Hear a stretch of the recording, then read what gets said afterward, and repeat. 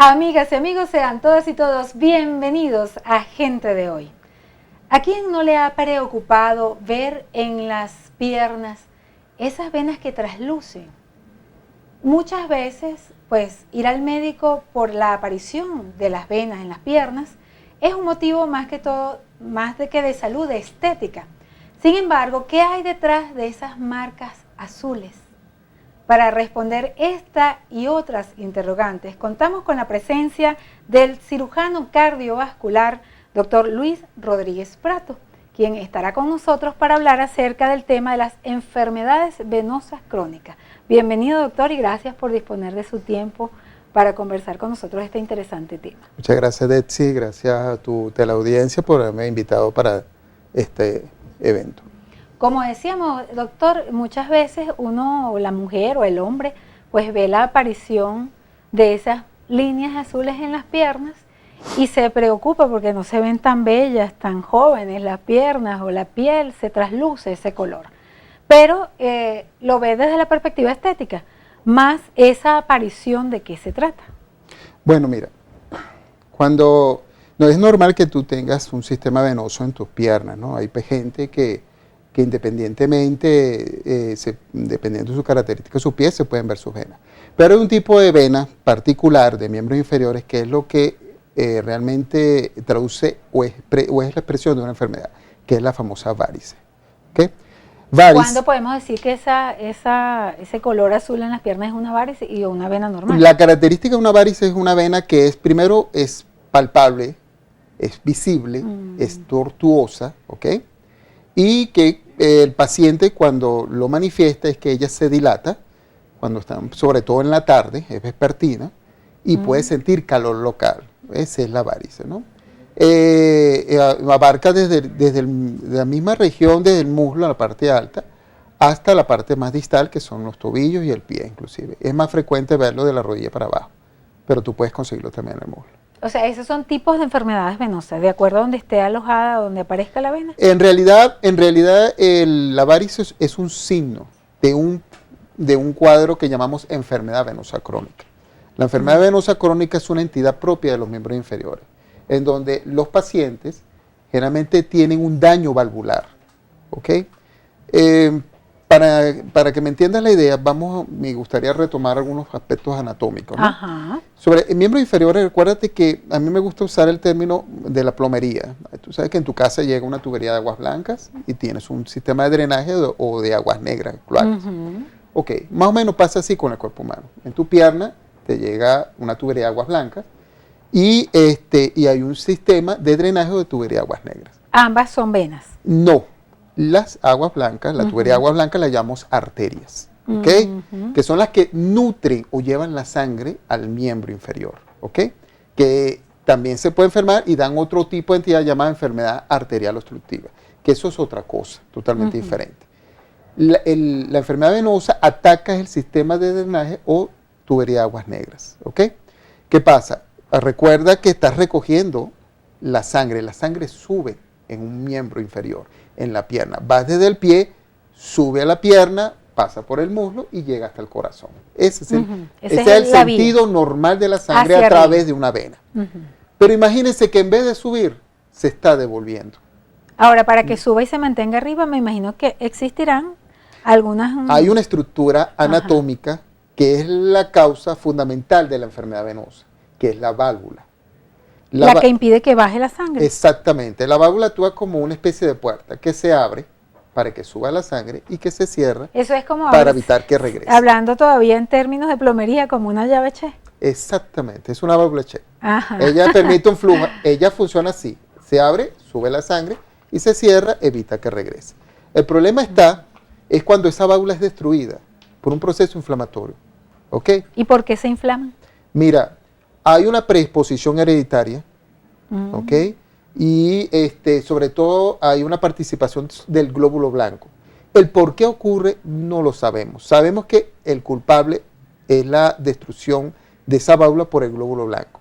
¿Me entiendes? Pero no se sabe por qué pasa. No. Presuntamente podría ser genético. No lo sabemos. Sabemos que los pacientes que tienen enfermedad venosa tienen una mayor cantidad de glóbulos blancos en los miembros inferiores que una persona que no lo tiene.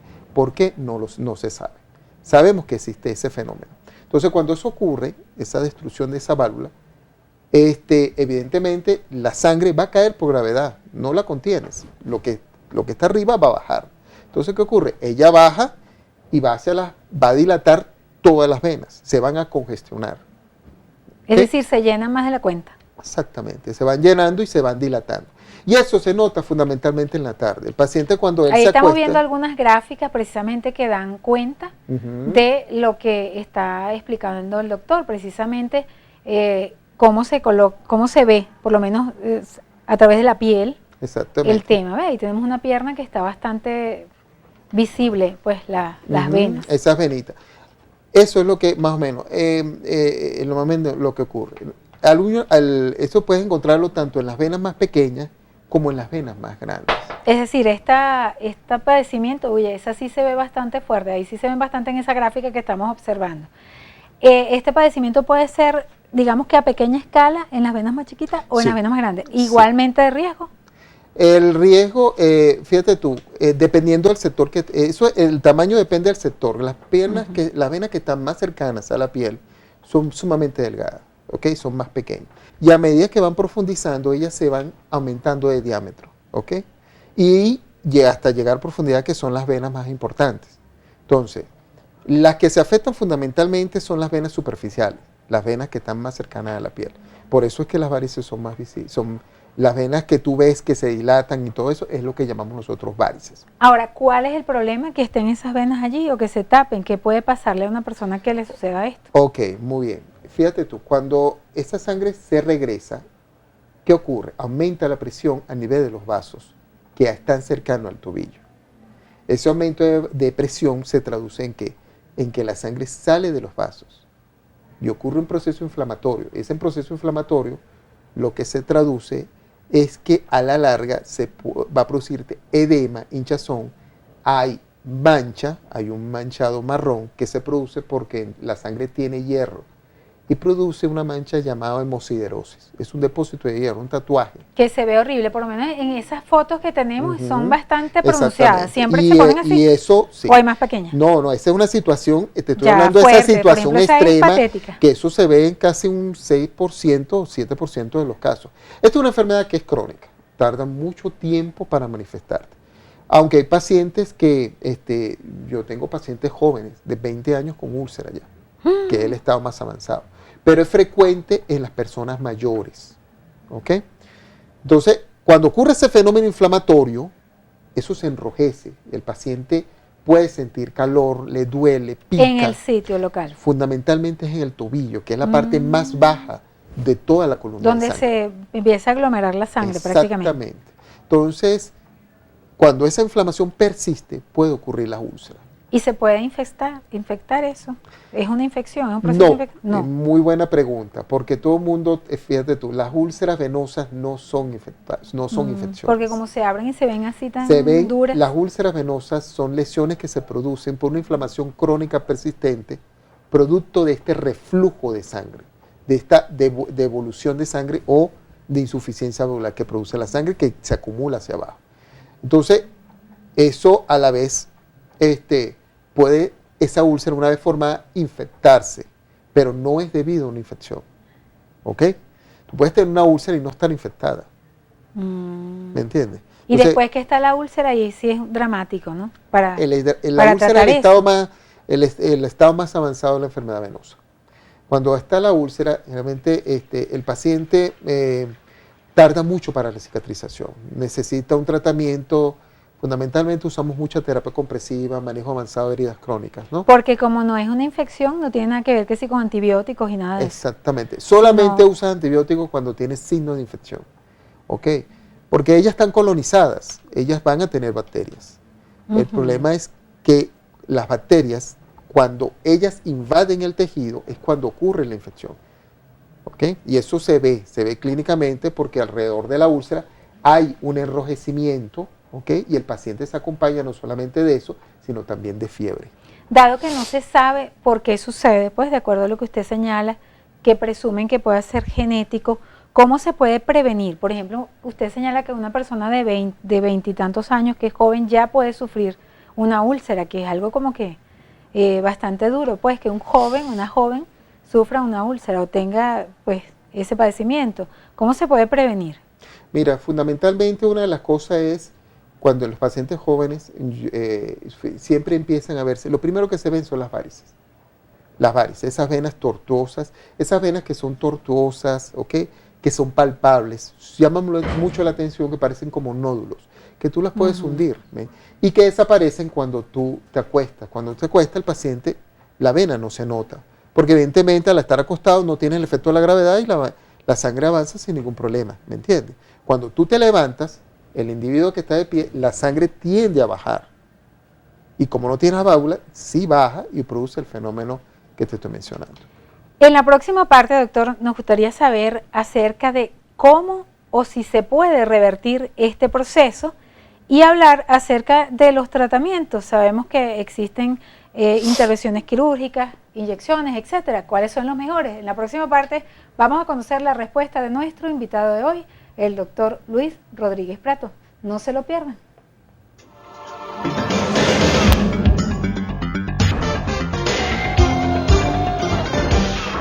Continuamos, amigos, con nuestro invitado de hoy, el doctor Luis Rodríguez Prato, hablando acerca de las enfermedades venosas crónicas.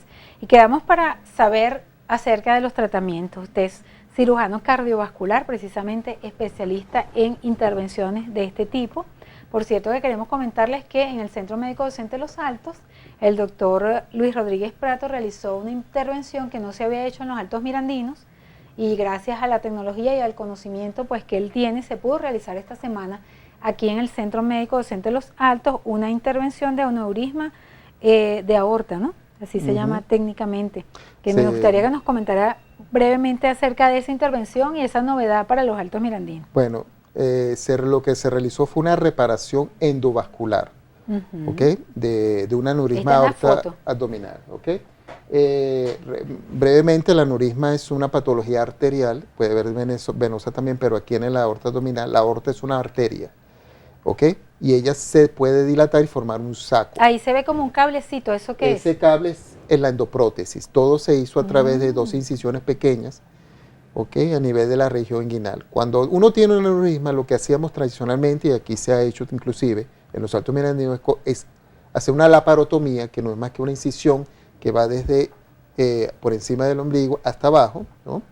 de la sífosis hasta abajo, hasta el pubis, y abríamos el abdomen y poníamos como una especie de prótesis de plástico que sustituía la aorta. Eso está cambiando ahorita en los últimos años. Desde el año 99 se están haciendo estos procedimientos en Venezuela, tienen desde los años 80, empezaron los años 80, hasta el año 91 con el doctor Parodi, en el Cleveland Clinic, y en Venezuela tuvimos la oportunidad de que se practicara en el año 99, desde entonces han habido varios grupos en todo el territorio nacional, ¿no? Pero se dio aquí en los Altos Mirandinos. Esta es la primera vez que se realiza en los Altos Mirandinos. Qué bueno, con todo éxito, ¿no? Mucha gente estaba muy gracias a Dios el paciente se fue hoy. Qué bueno, ahí están las fotos del parte del grupo médico, aunque ve muchísima gente, ¿no? Yo tuve la oportunidad de acercarme pues como periodista. Por supuesto, esto no se puede hacer. Esto es un equipo como un equipo de fútbol. Ok, tienen que participar, todos los integrantes son importantes. Son vitales para esto. Son vitales realmente porque el personal de enfermería, los radiólogos, el anestesiólogo, hasta el mismo personal que suministra la endoprótesis, todos juegan un papel importante. Bueno, aquí está con nosotros nuestra colega Livia Luna, ella también tiene una pregunta para el doctor relacionado con la flebitis, que si estos padecimientos pueden ser mortales, ¿en qué caso? Ok, importante. ¿Te acuerdas cuando comentaba que se inflamaba? Cuando ocurre, la flebitis no es más que un término que se usaba mucho en los años 90, ¿no? Que se refería al enrojecimiento al área donde estaba la varice, y es que realmente ocurría un fenómeno de inflamación. De hecho, se puede acompañar o no de trombosis, o sea, formación de un coágulo dentro de la vena. Esa sangre que se estanca se puede coagular. Y cuando eso ocurre, la vena se dilata y produce mucho dolor y hay enrojecimiento. Es lo que se conoce como tromboflebitis, ¿ok? Que sí puede ser mortal una enfermedad de esta. Es posible porque la tromboflebitis no es más que formación de trombos, sobre todo en el sistema venoso superficial. Y a través de unas venas llamadas perforantes que comunican con el sistema venoso profundo pueden transformarse en una trombosis venosa profunda. La trombosis venosa profunda para nosotros sí es ¿Y peligrosa. qué sucede cuando pasa eso en el cuerpo humano? Cuando se forma un trombo dentro del sistema venoso profundo. Trombo es como un coágulo de sangre. Es un coágulo. Okay. Un trombo es un coágulo, ¿ok? Para que la gente es la sangre solidificada. Y está dentro de un vaso. Ese trombo puede desprenderse de los vasos profundos e ir al pulmón y producir lo que es una patología llamada embolia pulmonar. Y eso puede producir muerte al paciente. Claro, porque de repente se van como pedazos de sangre coaguladas en los pulmones. Sobre todo trancan el sistema venoso pulmonar y eso sobrecarga al corazón y puede producir falla cardíaca. O sea que es algo que definitivamente cuando una persona observe que tiene, que puede palparse una vena, debe ir al médico. Sí, generalmente es una patología que tener la enfermedad venosa implica que vas a tener riesgo de una tromboflebitis, tener riesgo de una varicorragia, es decir, se te puede romper la vena y sangrar, ¿ok? Y por último, la aparición de la úlcera. No es una cuestión de estética. Es una enfermedad. Es una enfermedad. La enfermedad venosa crónica no es una cuestión de estética. Que se vean las varices que son una cuestión desagradable, ok, pero ese no es el motivo. Ahora, uno ve dos tipos, ¿no? De hecho, en las gráficas que observamos había unas venas gorditas y así como, ¿cómo se llama? Como protuberancias y otras chiquiticas como ramitas, pequeñitas, finitas. ¿Cuál es la diferencia? Las pequeñas las llamamos telangiectasias, ¿ok? Ahí están las gorditas. Esas son venas más superficiales. Esas son las que están más pegadas a la piel, ¿no? Generalmente, cuando uno tiene telangiectasias, en un estudio que nosotros hicimos, encontramos que el 17% de los pacientes pueden tener alguna afectación profunda, ¿ok? Y por eso la importancia de verse. Hacer el estudio. Verse, exactamente. O sea, que aunque sean chiquiticas y no se vean hacia afuera, hacia adentro pueden estar. Que es lo más frecuente, lo más chiquito es lo más frecuente, pero en el sexo femenino. Pero los hombres también pueden sufrir de varices. También, pero lo más frecuente en los hombres, lo irónico, son las varices tronculares. Las grandes. Las grandes. Pero los más chiquitos suelen ser más frecuentes en mujeres y más después de los 40 años. Ahora, ¿cuál es el tratamiento idóneo? ¿La operación o inyectarse? Que antes mucho las mujeres se inyectaban. Yo me acuerdo que uno dice que fulano se va a inyectar las venas. Mira, hay diferentes opciones terapéuticas, pero para la opción terapéutica que ideal para ti, lo primero que hay que hacer es evaluar al paciente, estadiarlo, ¿ok? Tener un diagnóstico tanto clínico como anatómico. En base a eso, tú seleccionas cuál es la mejor opción.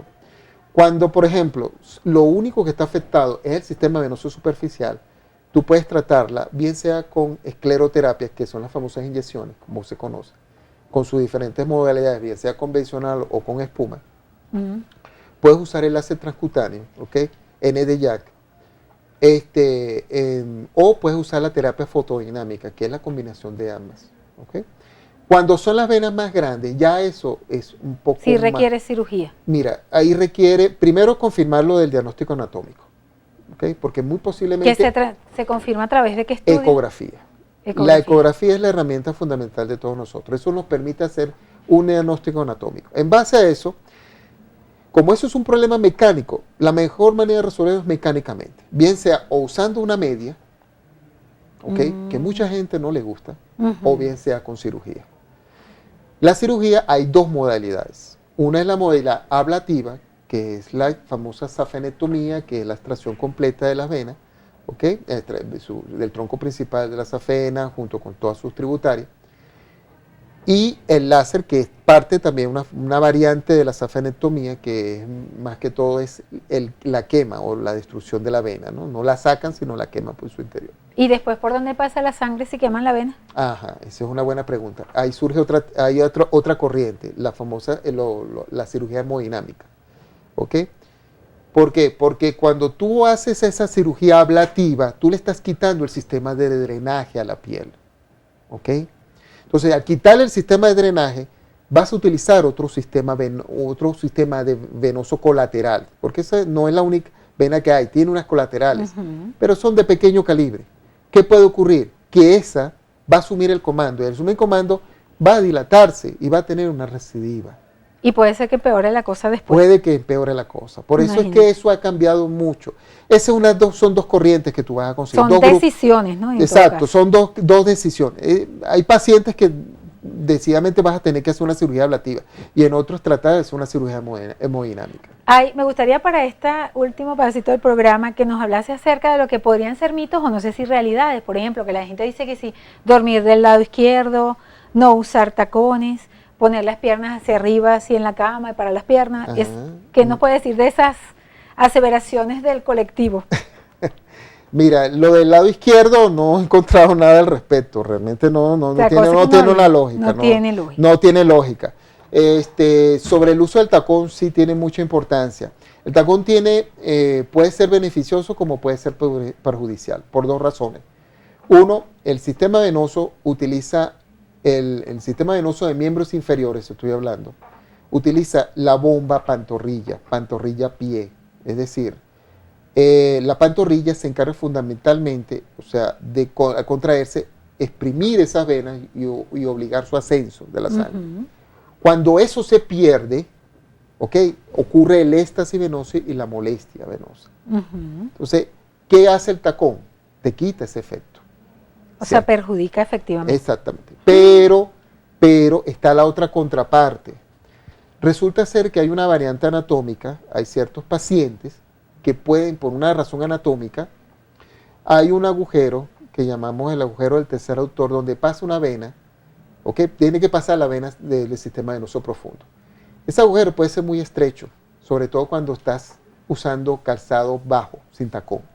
Entonces, si es estrecha, tú tienes también un sistema de éxtasis, ¿me entiendes? Entonces, tú puedes encontrar al paciente, tú le interrogas, ¿cómo te sientes mejor? Doctor, yo me siento mejor usando un tacón de 3 centímetros. O sea, que dependerá del paciente. Depende. Porque si el paciente me dice a mí, mira, me siento más aliviado usando un taconcito de 3 centímetros, úsalo. No, doctor, es que yo cada vez que utilizo un calzado bajo, una sandalia, una planta, una de esas así, que no tiene tacón, puedes sentir molestia, precisamente por esa variante anatómica que ella posee. Bueno, doctor, llegamos al final de este espacio. Nos quedamos con una pregunta del embarazo y las varices, pero esperamos que usted pueda venir a otro programa. Encantado. Y podamos profundizar en este tema. De verdad que muchísimas gracias. Gracias. Interesantísimo. Ustedes, muchísimas gracias también a nuestros queridos y distinguidos televidentes por permitirnos, una vez más, entrar a sus hogares a través de la pantalla de Mira TV, Canal 9 de Intercable, tu televisora regional. Daisy Oropesa se despide a nombre de todo el equipo de Gente de Hoy, haciendo, como siempre para ustedes, un periodismo de contacto.